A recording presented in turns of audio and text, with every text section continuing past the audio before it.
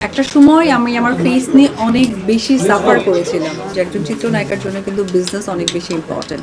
এই বিনোদন জগৎটা হচ্ছে প্রতিনিয়তই মানুষ নতুনত্ব দেখতে চায়। শাহরুখ খানকে পার্সোনালি পছন্দ করতাম, অনেক সময় অনেক হেটার্সরা আমাকে নেগেটিভ করলে আমি অনেক সাংবাদিকের সাথে জড়িত আছি, আমি দেখেছি যে সেখানেও আপনারা প্রতিবাদ করেছেন।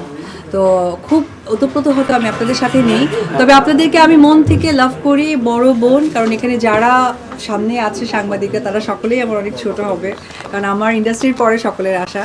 সো আমি প্রথমেই আপনাদের জন্যই আসলে আমার 2-4-5 সেকেন্ড মনের অনুভূতি বলা যে আপনাদের জন্য আজকে আমি অপবিশ্বাস। আমার আরেকজন ছোট ভাই প্রশ্ন করলেন যে একের পর এক বিজনেস। আসলে আমার কাছে মনে হয় কি, আমরা যেহেতু চিত্রনায়িকা, চলচ্চিত্র জায়গাটা একটা সময় গিয়ে না আসলে আমাদের অফ করে দিতে হয়। কারণ চলচ্চিত্র বা এই যে সোশ্যাল জায়গাটা বা আমরা যে হচ্ছে গিয়ে আর্টিস্ট, আমাদের তো একটা এন্ডিং আছে। খুব স্বাভাবিক, যখন আমি কোটি টাকার কাবিন করেছি সেই দিনের অপবিশ্বাস, আজকে 2026-এর অপবিশ্বাস, কখনোই আমার গ্ল্যামার, আমার কাজ আপনারা কিন্তু মেলাতে পারবেন না। চেঞ্জেস আসবে এবং এই বিনোদন জগৎটা হচ্ছে প্রতিনিয়তই মানুষ নতুনত্ব দেখতে চায়, নতুনত্ব পছন্দ করে। অবশ্যই একটা সময় যেমন আমি শাহরুখ খানকে পার্সোনালি পছন্দ করতাম, কাজলকে পছন্দ করতাম, কুছ কুছ হোতা হ্যায় সিনেমা দেখেনি এমন কোনো কেউ নেই, দিললে দুলহন লে যায়েঙ্গে এমন কেউ নেই, বাট তারপরে কিন্তু আমরা এসে কৃতি সালানকে দেখতে চাই, সারা আলী খানকে দেখতে চাই। তো আমাদের এই জগৎটা আসলে চেঞ্জেস, চোখের সৌন্দর্য, ভালো লাগার সৌন্দর্য, আবেগের সৌন্দর্য। সেই জায়গা থেকে আমি বলবো যে আমি যেহেতু একজন চলচ্চিত্র নায়িকা, আর এই বিউটিফিকেশন অর্থাৎ পার্লারের সাথে কিন্তু আমি সেই বলতে পারেন শুরু থেকেই জড়িত। এই কারণে, কারণ আমি আমার প্রফেশনটাই যেহেতু মেকআপ ওরিয়েন্টেড, স্কিন ওরিয়েন্টেড। কারণ আমাকে আপনারা যখন স্ক্রিনে দেখেন তখন আমাকে হয়তো সুন্দরভাবে দেখেন, আবার যখন মেকআপ ছাড়া অনেকে দেখেন তখন আমি কিভাবে স্কিন কেয়ার করে মেনটেন করি। তো এই প্রশ্ন উত্তরগুলো কিন্তু একটা নায়িকা বা অ্যাক্ট্রেসের সাথে কিন্তু ওতপ্রোতভাবে জড়িত।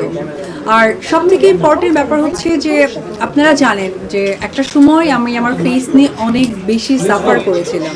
তো অনেক বেশি সাফার করার কারণে সেটাকে আবার ঠিকঠাকও আমি করেছি। তো এই যে আমার এক্সপিরিয়েন্স, আমার যে জার্নি, সেটা কিন্তু আমি বিউটিফিকেশনে দেখেছি। তো সর্বোপরি একটি কথাই বলবো, আমার কাছে মনে হয়েছে যারা বা যেসব মানুষরা আমাকে মানে মনে করে, আমাকে চিন্তা করে, আমার ভালো মন্দ জানতে চায়, তখন আমার দায়িত্ব জায়গাটা মনে হয় যে ওকে ফাইন, আমি যখন আমার একটা প্রতিষ্ঠান দিব, সেই প্রতিষ্ঠান থেকে যখন আমি এই ইনফরমেশনটা দিব সেটা অথেন্টিক হবে, বিশ্বাসযোগ্য হবে, ভালো লাগাটা বেড়ে যাবে। পাশাপাশি অবশ্যই আমি যে কথাটা আগে বলছিলাম যে একজন চিত্রনায়িকার জন্য কিন্তু বিজনেস অনেক বেশি ইম্পর্টেন্ট, সেটা তাদের ভালো লাগার জায়গা থেকে। আপনারা দেখবেন যে দেশের বাইরে, বিশেষ করে বলিউড ইন্ডাস্ট্রিকে তো আমরা অলওয়েজ ফলো করি। আপনি দেখবেন যে শিল্পা শেট্টি কুন্দর, ওনার কিন্তু একটা বড় রেস্টুরেন্ট আছে।